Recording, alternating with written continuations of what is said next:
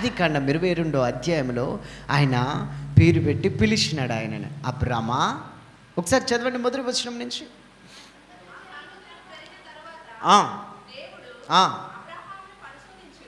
ఎవరిని? అబ్రాము అనుందా?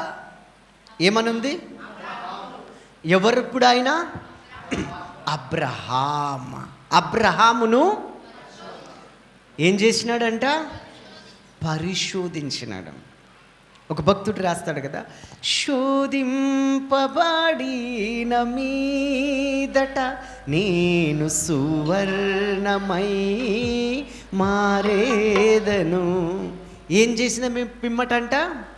నేను శోధింపబడిన మీ పిమ్మట సువర్ణములాగా మారుతా. పేతురు రాస్తూ అంటాడు, నశించిపోయే సువర్ణము అగ్ని పరీక్ష వలన శుద్ధీకరించబడుతుంది, పుటం వేయబడుతుంది. అట్లాగే అంతకంటే శ్రేష్టమైన మీ విశ్వాసము కూడా శ్రమల కొలిమిలో పుటం వేయబడుతుంది. మీ విశ్వాసము పరీక్షించబడుతుంది. విశ్వాసమునకు కలుగు పరీక్ష నిరీక్షణను పుట్టిస్తుంది. ఆ నిరీక్షణలో నీకు ప్రత్యక్షత కలుగుతుంది. దేవునిలో నీకు కలిగిన ప్రత్యక్షత ఇంకొక మెట్టుకు నిన్ను ఎదిగింపజేస్తుంది, ఉన్నత స్థితికి నిన్ను ఎదిగింపజేస్తుంది. హల్లెలూయా.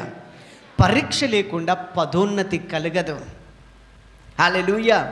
పరీక్ష లేకుండా ప్రమోషన్ ఉండదు. పరీక్షలు మేలే అయితే, అది కూడా దేవుడు నిన్ను పరీక్షించినాడనంటే ఇంకా శుద్ధ సువర్ణంగా మార్చడానికి, ఇంకా నిన్ను ఉన్నత స్థితికి తీసుకుపోవడానికి ఆ పరీక్ష వెనకాల దేవుడు నీకొక ఆశీర్వాదమును జత చేసి దేవుడు నిన్ను పరీక్షిస్తాడు. దేవునికి స్తోత్రం. హల్లెలూయా. దేవుడు ఆ సంగతులు జరిగిన తర్వాత అబ్రామును పరిశోధించను.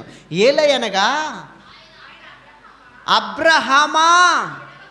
12వ అధ్యాయంలో ఏమని పిలుస్తున్నాడు? అబ్రామా. ఇప్పుడేమని పిలుస్తున్నాడు? అబ్రహామా.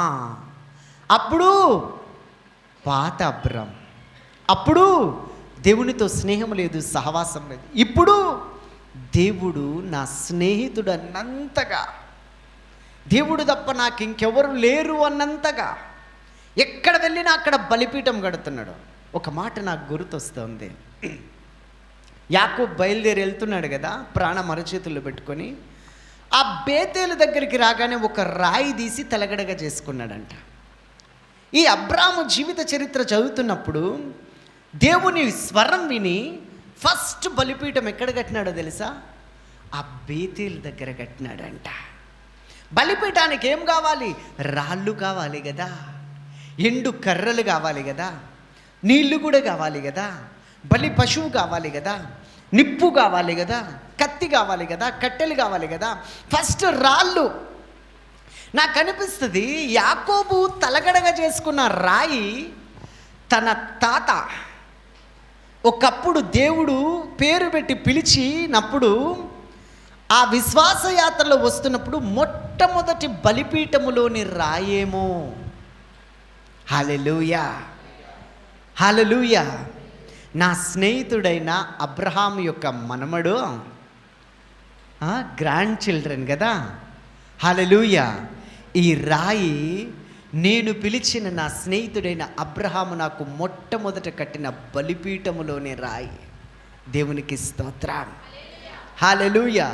అందుకే ఆయన తలగడగా చేసుకొని పడుకోగానే భూమి నుంచి ఆకాశమునంటే నిచ్చెన దేవదూతలు ఎక్కుతున్నారు, దిగుతున్నారు. ఆ పైన సింహాసనం మీద అబ్రహాము దేవుడు, ఇస్సాకు దేవుడు మాట్లాడుతున్నాడు. నేను నీ పితరుల దేవుడను, నేను నీతో సెలవిచ్చినది నెరవేర్చు వరకు నేను నిన్ను విడువను. ఆదికాండం 28:15 ఉంటుంది. నేను నీతో చెప్పినది నెరవేర్చు వరకు నేను నిన్ను విడువను, నేను నిన్ను ఎడబాయను. దేవునికి మహిమ కలుగునుగాక. హల్లెలూయా. హల్లెలూయా. అబ్రామా రా, నీకు ఒక్కడై ఉన్న కుమారుని ఎన్నేళ్ళకు పుట్టినాడు ఈయన? 25 ఏండ్ల తర్వాత, 100 ఏండ్ల వయసులో. హల్లెలూయా. చెప్పింది దేవుడే. నీ కుమారుని ఇవ్వబోతున్నా, ఆ కుమారుని ద్వారా నీ సంతానాన్ని సముద్ర పిస్కరేణువులంతా, ఆకాశ నక్షత్రములంతా నీ సంతానాన్ని విస్తరింపజేస్తా, నువ్వు అడుగుపెట్టి నీ స్థలం అంతా నీ సంతానానికి ఇస్తా అన్నాడు కదా. ఇచ్చిందే దేవుడు కదా. కనుటకు శక్తి చాలనప్పుడు ఇచ్చింది దేవుడు కదా. హల్లెలూయా. దేవుణ్ణి నమ్మినాడు కదా అబ్రాం. మళ్ళీ ఎందుకు అడుగుతున్నాడు? అది కూడా మామూలు బలి కాదు, దహన బలి. దేవుడు మనిషిని బలి కోరడం, ఆయన కనికరమును కోరే దేవుడు. హోషేయ 6:6లో ఆయన బలిని కోరువాడు కాడు, కనికరమును కోరే దేవుడు. ఎందుకు అడిగినాడు బలి? ఫస్టే రాయబడి ఉంది కదా, అబ్రహామును పరిశోధించను. దేవునికి స్తోత్రం. హల్లెలూయా. అడుగేయడానికి ఇక అవకాశమే లేదన్నప్పుడు నడువు అంటాడు దేవుడు. అయ్యో ఎట్లా నడవాలి ప్రభు, దారే లేదు కదా అనంటే, నువ్వు అడుగేయడం మొదలుపెట్టు, నీ అదృశ్యమైన దారి ఆల్రెడీ నీ కొరకు అక్కడ సిద్ధంగా ఉంది. ఎర్ర సముద్రం దగ్గర నిలబడ్డారు.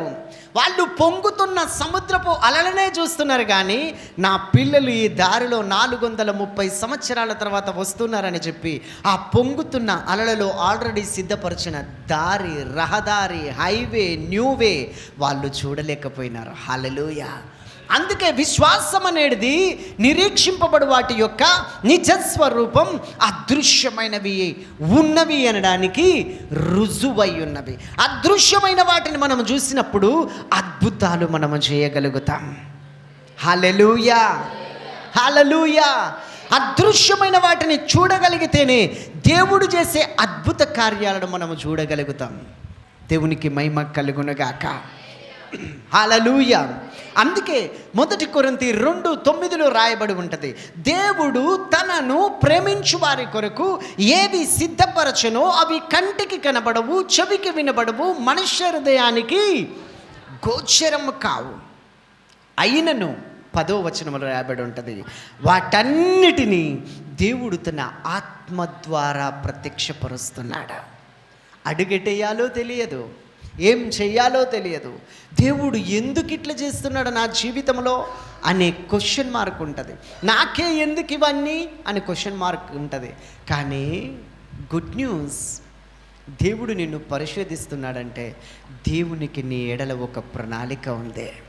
దేవుడు నీ జీవితంలో ఒక విషయం ఆలస్యం చేస్తున్నాడు అనంటే ఆ ఆలస్యం వెనక ఒక అద్భుతం దాగి ఉన్నది. హల్లెలూయా.